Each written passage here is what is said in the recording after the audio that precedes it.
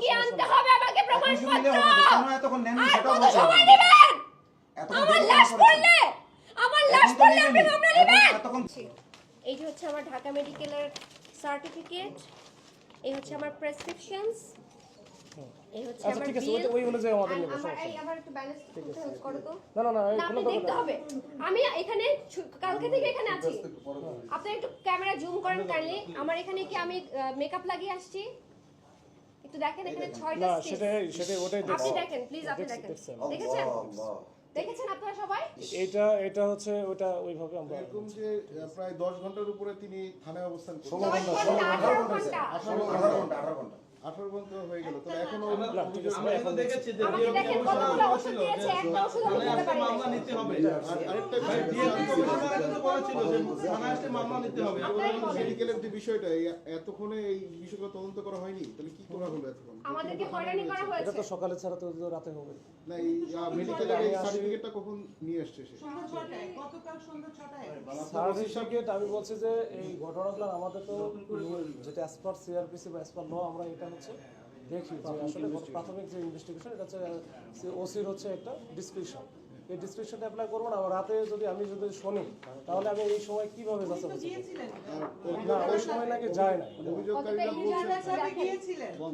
আর কি কি আনতে হবে আমাকে প্রমাণপত্র? না এটা এখন তো নিচ্ছি। আর কি কি আনতে হবে আমাকে কিছু নিলে প্রমাণপত্র? হবে না। কেন এতক্ষণ নেননি আর সেটাও কত বলছেন। সময় নেবেন?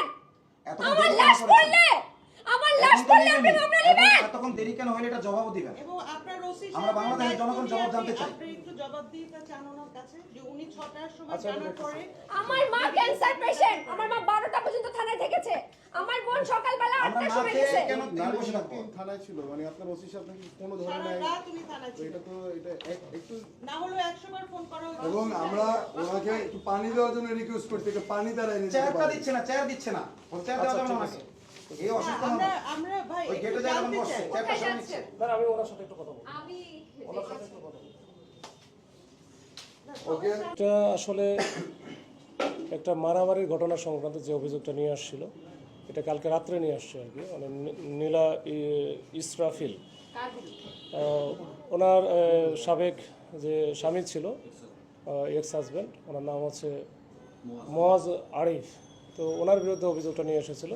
তো সাবেক স্বামী যেহেতু, তাদের মধ্যে গত 29 তারিখে ঢাকা ক্লাবে একটা ঝামেলা হয়েছিল এবং ওখানে সে তার বক্তব্য মতে সে হচ্ছে গুরুতর আঘাতপ্রাপ্ত হয়। তো ওইটা যেটা নিয়ে আসার পরে আমাদের যেটা পুলিশ সাধারণত যেটা করে, আমরা কিন্তু আমাদের অ্যাজ পার সিআরপিসি আমরা কিন্তু এটা প্রাইম অফিসে যাচাই করি যে এটা আসলে কতটুকু সত্যতা আদৌ আছে কি নাই। তো এটা আমাদের সময় লাগে। আমরা কালকে রাত্রেও আমি ওসি সাহেবকে বলে দিয়েছিলাম যে আপনি একটু ওনাদের কাছ থেকে শোনেন এবং বাস্তব অবস্থাটা দেখেন। আসলে এটা দুইটার যদি মিল পায় তাহলে আমরা যদি কগনিজেবল অফেন্স হয়, ধর্তব্য অপরাধ হয়, তাহলে সেটা অবশ্যই মামলা হবে। তো এটা এবং সময় দেন। আর আমার সাথে যখন কথা হয়েছে তখন রাত 3টা বা 3:30 বাজে। আমরা যে একটু ওনাদের ধৈর্য ধরতে বলেন, আমরা সকালে আসি, সকালে এসে ওনাদের কাছ থেকে শুনে যেটা অ্যাপ্রোপ্রিয়েট হবে আমরা ওটা মামলা নেওয়ার মতো হলে তো অবশ্যই মামলা নেব, কোনো সমস্যা নেই। এবং ওইভাবে যথারীতি আমরা কিন্তু মামলার দিকেই আমরা এগোচ্ছি।